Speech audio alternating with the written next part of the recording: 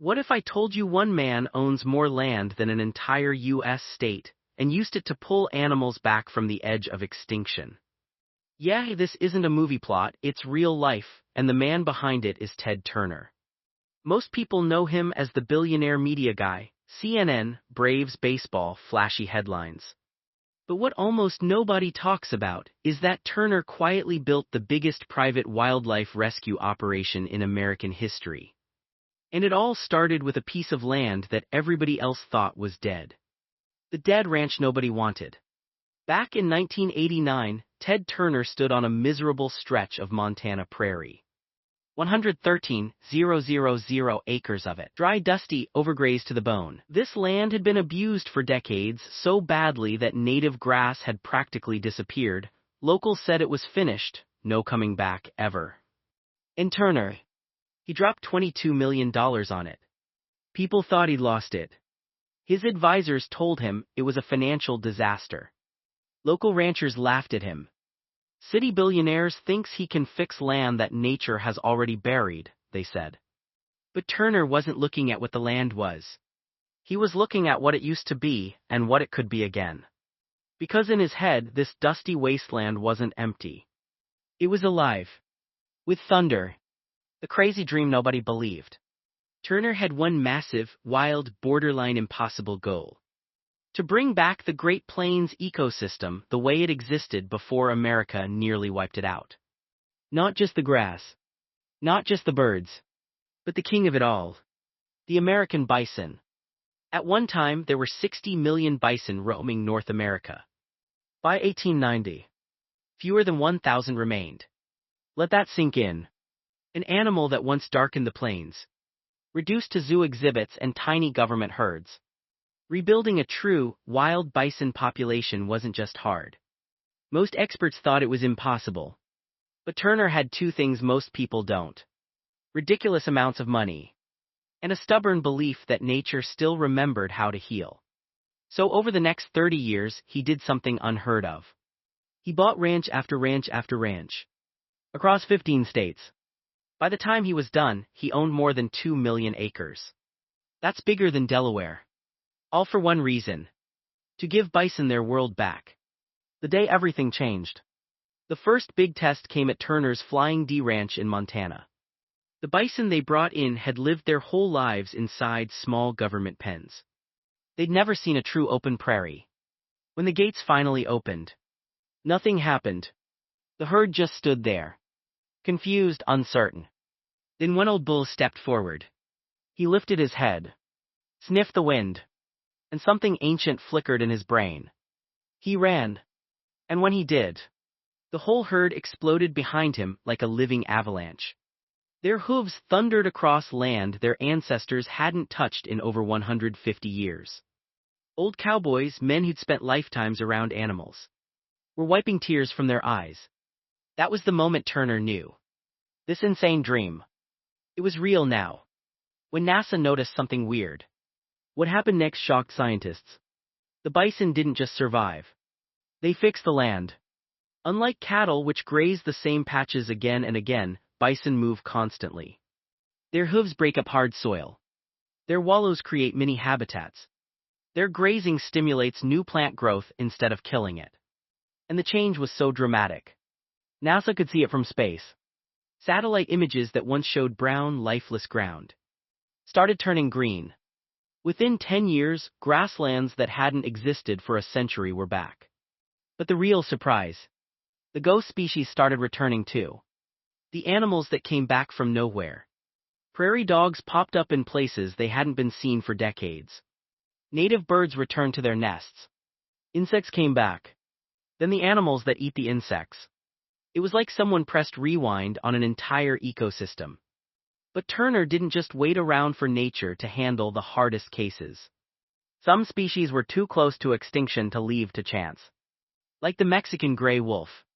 When Turner started his breeding program, fewer than 50 wolves were left on Earth. Disease killed litters. Genetics worked against them. Money disappeared fast. Advisors said quit. The government questioned him. Even environmental groups were nervous. But in 2008, everything changed. On a freezing February morning, healthy wolf pups opened their eyes for the first time on Turner's land in over 50 years. Today, dozens of those wolves now live wild again. Because one stubborn billionaire refused to give up. The 100-year-old tortoises everyone wrote off. Then there's the Bolson tortoise. These prehistoric tanks can live over 100 years and weigh as much as a small person. When did Turner start helping them? Fewer than 2,500 remained. The problem? They take 20 years just to grow up.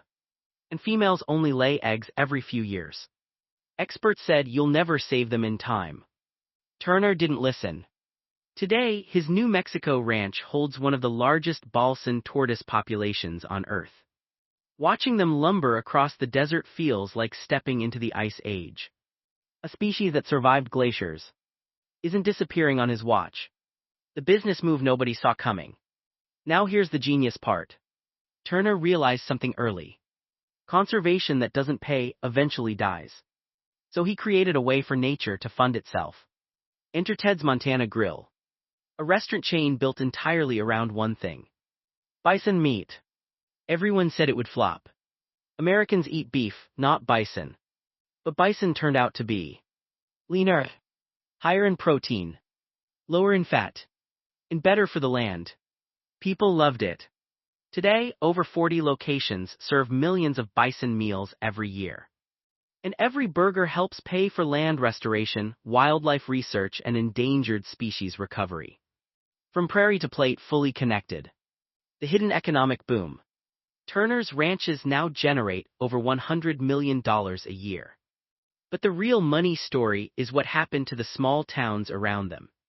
Places that were dying suddenly had ranch jobs, biologist jobs, guide jobs, restaurant jobs, tourism jobs. Local businesses exploded with new customers. Property taxes funded schools and roads again. Whole communities got a second chance because wildlife came back first. The billion-dollar outdoor laboratory. Most people have no idea that Turner's properties are now some of the most important ecological research sites in North America. Universities run long-term studies on climate change, wildlife behavior, grassland restoration, predator-prey relationships. Millions of dollars in research gear blanket the land. Weather stations, tracking towers, wildlife labs. Students from all over the world train there. It's basically a living university, powered by bison burgers. The predator comeback nobody expected. As prey returned, something else happened. Predators followed. Mountain lions, bears, coyotes. Instead of wiping them out, Turner protected them. And the result? Some of the healthiest predator populations in the West. Those predators now help keep herds strong by removing sick and weak animals. Even more wild. Animals from Turner's land now get relocated to help restore predator populations elsewhere. The ecosystem now exports life. The water miracle. Here, another thing nobody thought was possible. Turner didn't just restore wildlife. He increased water availability in desert regions. Through stream restoration, wetland recovery, and watershed rebuilding, his land now holds more water than when he bought it. That water feeds rivers hundreds of miles away. Which means communities that will never meet Ted Turner are still drinking water made cleaner by his ranches. The hunting program that funds everything. Yes, Turner allows hunting. And it's no accident. The hunts are heavily regulated, scientifically managed, and insanely expensive. Some people pay tens of thousands of dollars for one hunt. But that money goes straight back into habitat restoration, species recovery, scientific research. On his land, hunting doesn't fight conservation. It funds it. The legacy that won't die. When you add it all up, Ted Turner has restored millions of acres, built the world's largest private bison herd, helped save wolves from extinction, rescued prehistoric tortoises, revived predator populations, rebuilt rural economies, and turned conservation into a profitable business model. This isn't just environmental success. This is one of the largest private conservation efforts in human history. One man's vision literally reversed extinction. And it all started with a dusty, broken ranch everyone else had given up on. If this story doesn't change the way you think about what one person can do, I don't know what will happen. And trust me, this is just the beginning. If you want more unbelievable stories about people who are quietly reshaping America's wild future, hit that subscribe button, because the next story I've got lined up, it makes this one look small,